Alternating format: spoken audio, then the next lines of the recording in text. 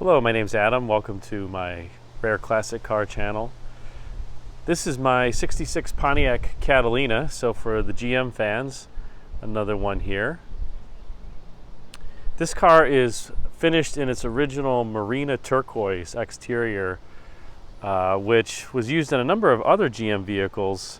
Interestingly, it had different names even though it had the same paint code. So I think for Oldsmobile it was Tropic Turquoise, for Buick it was just turquoise. Cadillac had a different name, but in any event, it's a beautiful color on the car. It's a metallic paint.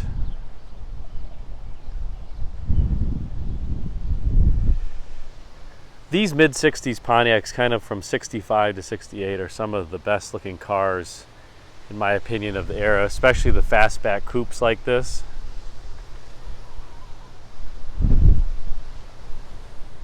And I apologize, it's a bit windy today. Somebody recommended I get a lavalier microphone, which I did. I had no idea what that is, but hopefully that's buffeting the wind for the conversation.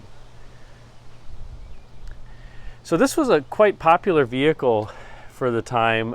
These hardtop coupes, Pontiac sold 80,000 Catalina hardtop coupes in 1966.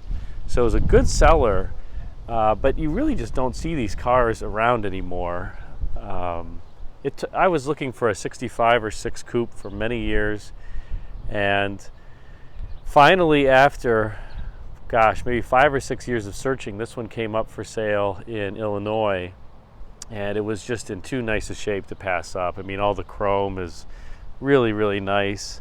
It's got a few little, blemishes, little paint chips and things like that, but what do you expect for an all-original car of this era? It's amazing to me that this is a base car in terms of how it's furnished. The cloth and the vinyl seat is extremely comfortable, and the cloth is rich looking. It's got like this metallic flake in it. The steering wheel with this lucite transparent rim is just beautiful. And then the A-pillar trim, and you can see, is all chrome. Wonderful dashboard. We'll go in here for a second. So this lucite wheel, I think, is just super cool. This one doesn't have any cracks in it, so I'm lucky there. It does have a dealer installed compass. You can see it says Pontiac. It does have the dealer installed cruise control, which there's an NOS dealer installed cruise control package on eBay that somebody's asking $2,500 for, so I guess I'm glad I have it. But AM/FM radio, no air conditioning. It just has a heater here, which is a really goofy setup. There's not really a blower speed controller, so to say. You turn this dial, let me see if I can get it to focus better. You turn this dial to normal, and then as you rotate this knob to hotter and hotter, it increases the fan speed as well as the temperature.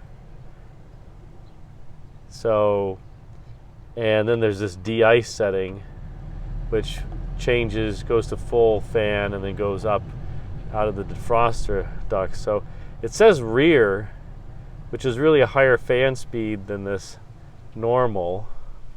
So this is a goofy setup. I mean, I have no idea. I think they were trying to make it easier. You would just put it on normal, the fan kicks on, a low speed, and then as you start rotating the temperature dial, it increases the temperature and the fan speed automatically.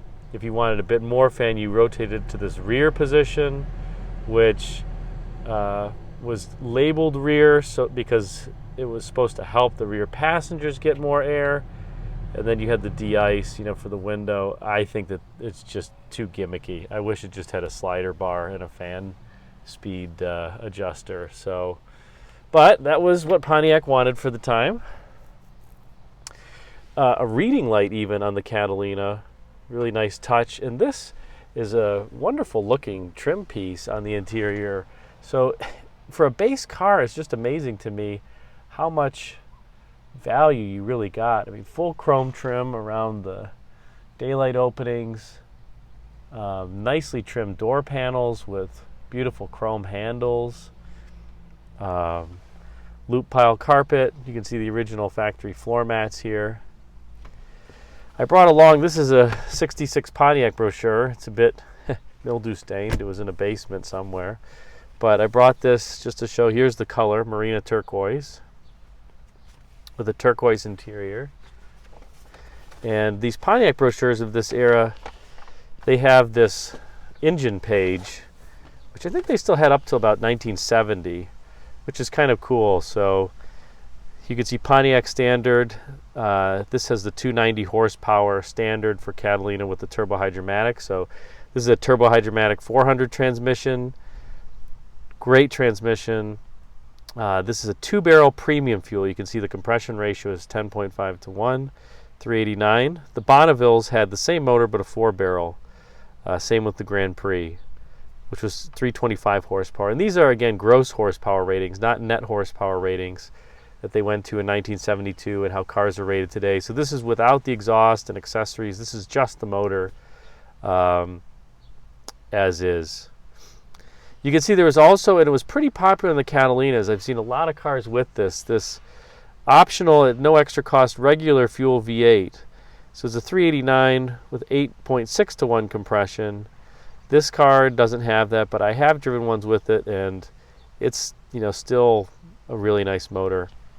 And then in these you could get a 421 4-barrel, which was 338 horsepower optional, a 356 horsepower 421 tri-power, or a 376 horsepower 421 HO tri-power motor. So a lot of engine options in these, and I'll show when I pop the hood how you can tell what Pontiac motor you have under the hood. Also, during these years, Pontiac used a illustration, I don't know if it was a firm, but duo of, you'll see on some of these pictures, it'll say AKVF, but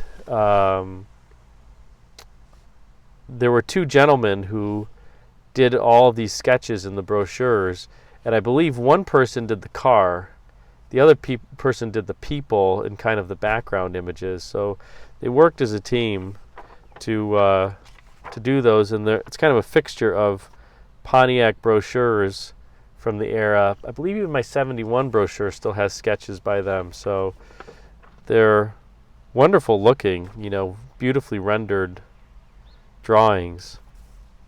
There was a Pontiac hallmark for a number of years in the brochures. You can see in here, if you had the Bonneville, you had real wood grain trim. This was not fake wood grain on the Bonneville in these years. This is actually a Grand Prix picture, but in any event, this was all real wood grain. So Pontiac was spending a lot of money on their cars, and John DeLorean was the general manager at this time. So the person who, you know, arguably with Jim Wangers and maybe some others, invented the GTO. But Pontiac really hit its stride. You have to remember that it kind of went from being the old person's brand to being the young person's brand in this era, with these really dynamic looking cars. And it's not hard to understand why, when you look at the value that you got, why these were so popular. And I'll talk about the engine in a second, but the 389 in this car, even though this is a 2-barrel standard V8, it really is amazing. You have no lack of power in any situation at all. It feels more powerful than it really is. The car accelerates, you know, better than cars with much bigger motors. You know, if you asked me what I thought was under the hood in this car when I bought it, I would say a 421, because it really, I mean, you'll burn rubber all day if you want. It passes really well, even with a 2-barrel. It's just phenomenally smooth. The transmission is perfect. I really, I can't fault this motor at all on anything. Smoothness, reliability, quietness, performance, and it's just the standard engine. And nor can I fault the transmission. It's flawless. You drive a modern vehicle with these 8, 9, 10 speeds, it's always shifting and hunting around, and it's an annoyance compared to this that is absolutely beyond smooth. So this car also has a wonderful ride. I would say this is probably the best riding car of maybe any car that I have. I'm pretty partial to the Fords of the era and think they have great rides. I think this beats it. No shakes, no quivers, no rattles. It's an amazing car. Better than the other GM divisions. I have Cadillacs of the same era, even with lower miles. This car's got about 46,000 miles on it. I've got cars from other divisions with 15,000 miles, 20,000 miles, and they drive really nice. This is better. This to me is the best driving GM of the era that I've ever driven. Better than the 67 Riviera, than that you've seen the video of even. Let me pop the hood for you a sec here. Really beautiful front end on this car too. This was done by a designer named Elia Rusinoff, I believe. And if you search his name on YouTube, you'll see a video of him. He's since passed on, but where he talks about some of the vehicles that he did, including the 78 Grand Prix. Others are escaping me, but he's did a lot of famous GM vehicles over the years. So yeah, beautiful front end. Pop the hood.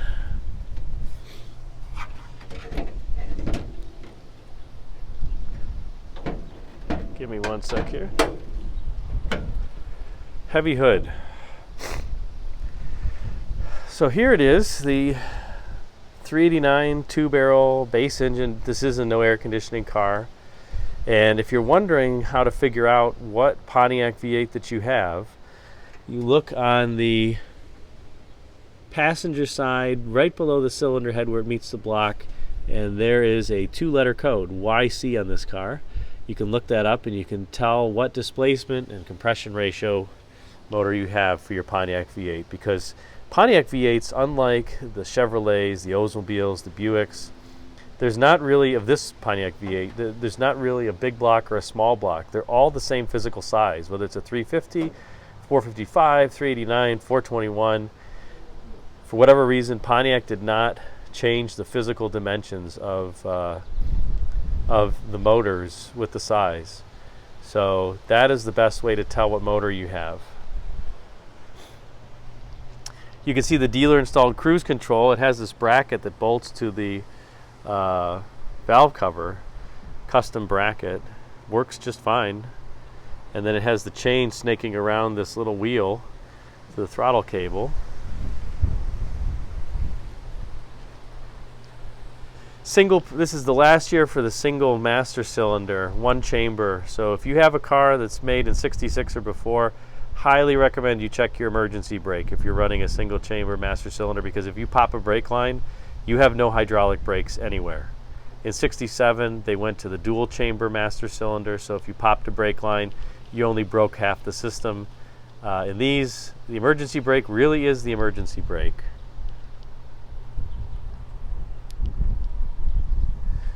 Trying to see if there's anything else under the hood. I'll start it up so you can just get a sense of how this runs. This car does have, amazingly, this little vacuum diaphragm under here that it's the only car I've ever seen it. When the car is off, this plunger extends to raise the idle speed when you start it. And then when you start it, the engine produces vacuum and it backs down the idle speed. So as opposed to later vehicles where you kind of have to put your foot on the gas and crank them when the motor is hot, this has this automatic diaphragm that I, like I said, have not seen on any other car, GM, Ford, whatever the era. Just made it easier for people to start and didn't have to remember to put their foot on the gas when it was warm. So here we go.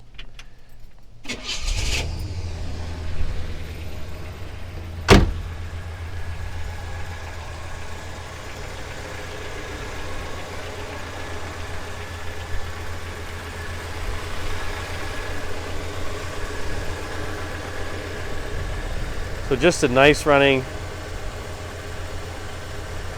beautiful running 389.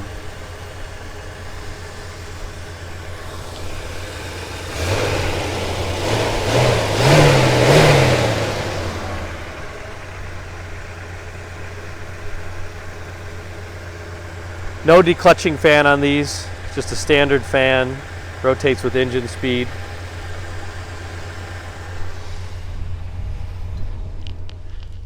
Somebody was also commenting they wanted me to honk the horn. It has a great horn. So that'll tell somebody to get out of the way quickly. Other things, just interesting tidbits. You can tell if you have original GM radiators if you have this tag on here.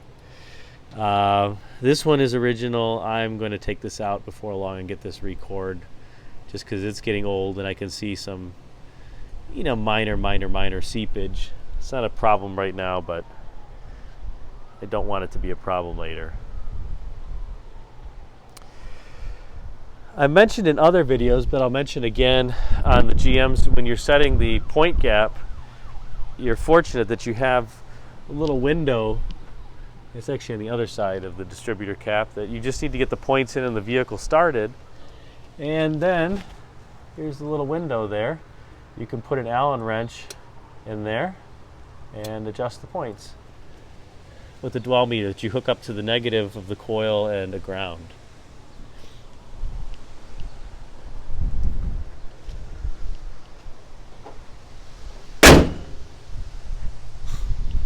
Let's take a look at the trunk. This is most definitely a full-size trunk.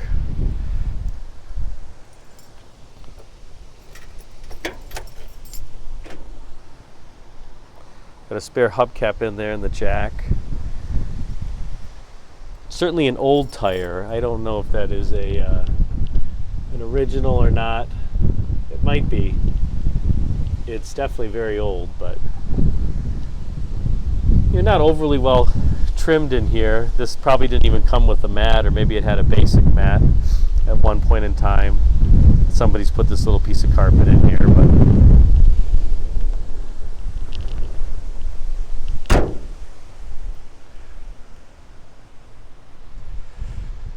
but overall, wow, is this just an absolutely phenomenal driving car. Like I said, to my mind, best driving car of the era. I would give that award to Fords before I owned this vehicle, but the ride, I would put it a 10 on this car. The handling for the size is pretty gosh darn good too. The steering is great and tight. I did find out that the Ford steering box ratios, if you watch my other videos, I comment that it's a really slow ratio for Ford steering, and I found out it's 22-1 on the Fords, and on these GMs it's about 16-1. So it's more than 20% quicker, almost 30% quicker in terms of the steering, and it makes a big difference.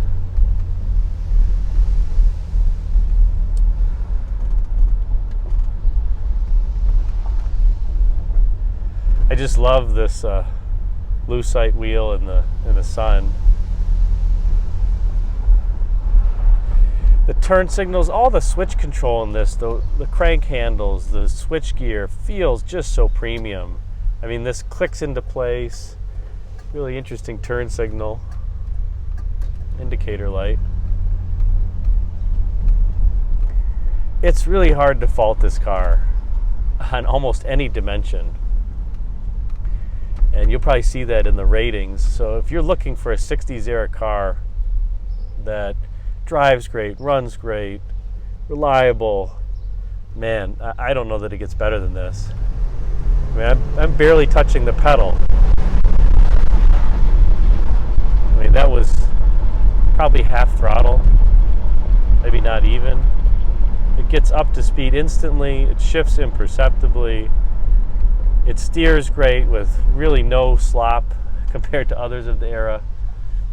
Fords, if you try to whip around a quick 90-degree corner like this, you let go, you actually have to really help the wheel return back to center, because you've turned it so far to make it around the corner, and it won't return as fast as it needs to.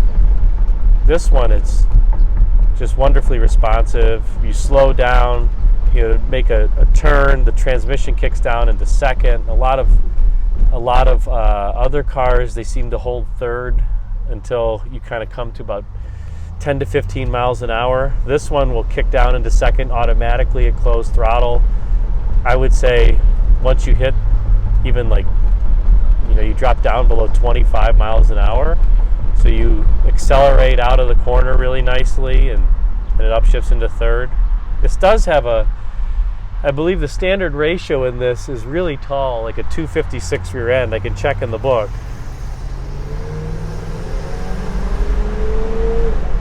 And I mean, that wasn't even full throttle. It just is up to speed really quickly. Gets great mileage. Like I said, it's got a very tall highway gear rear end. You don't miss it at all just driving around from a torque perspective. When I do the rating on this car, like I said, I would expect, that'll be a separate video, but this car is hard to beat. Would it be nice if it were a Bonneville? Yeah, but I can't complain about this at all. I mean, I would have been really satisfied as a buyer. I might not even have paid the extra money for the Bonneville because this is so nice. Bonneville was, in these years, it was actually a longer car. Bigger wheelbase, longer length. Catalina was the short body. So,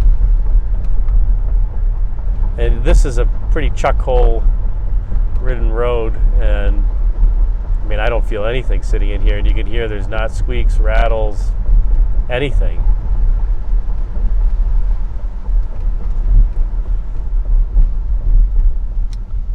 So to my Ford friends, and the Mopar fans, I love Ford and I love Mopar, but man, I think this is, you're just looking for the best family car of the era, even of the GM brands, better than Cadillac. I've driven many of the Cadillacs of the era, and I've owned a couple of them. It doesn't drive as nice as this. My 67 Olds 88, that's a 15,000 mile car, it drives wonderfully. It's not as nice as this. The Riviera that you saw, not as nice as this. This car is just about perfect. And in these eras, all the GM vehicles had different engines, different suspension systems, depending upon the division that that made it. This frame system as well, the chassis, is wholly different than the 71 to 6 generation that came after it, which really got a lot cheaper in terms of my opinion. They cheapened out the quality of the interiors, of the suspension, of the frame, of a lot of the stuff in 71 to 76 in that generation. That's just the tailpipe scraping in the back because my driveway's a little steep. Let me back up a little bit. I'll just show you one thing here.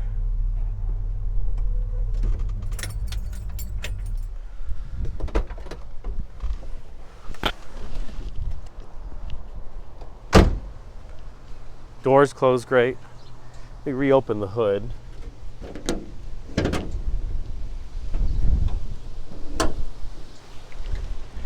So this frame of these eras, you can see there's the frame at the bottom. Here's the body, and there's this torque box mounting with the body mount that's in the middle. There's a rubber donut in there of where this body mounts to the frame. So the body and the frame can kind of twist back and forth and flex, and that torque box really takes that and prevents it from coming into the passenger compartment. On the 71 to 76 generation of full-size cars, that's gone. And they used bigger body mounts and softer ones to try to take that jounce out and the torquing, and it doesn't work as well, number one, and there's a lot of build variation by vehicle depending upon how the car is bolted to the body, the durometer, or the rubber. It was just a cheaper setup, and it's unfortunate because they just don't ride as nice. If you drive a 71 to 76 generation full-size GM car and then you drive this one, you're going to notice the 71 to 6 is way more jiggly, flexible,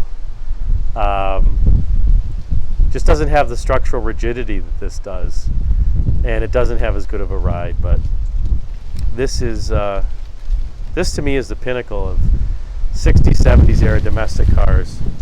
It's especially mainstream ones. You know, is this a GTO? No. Is it a Roadrunner or sports car? No.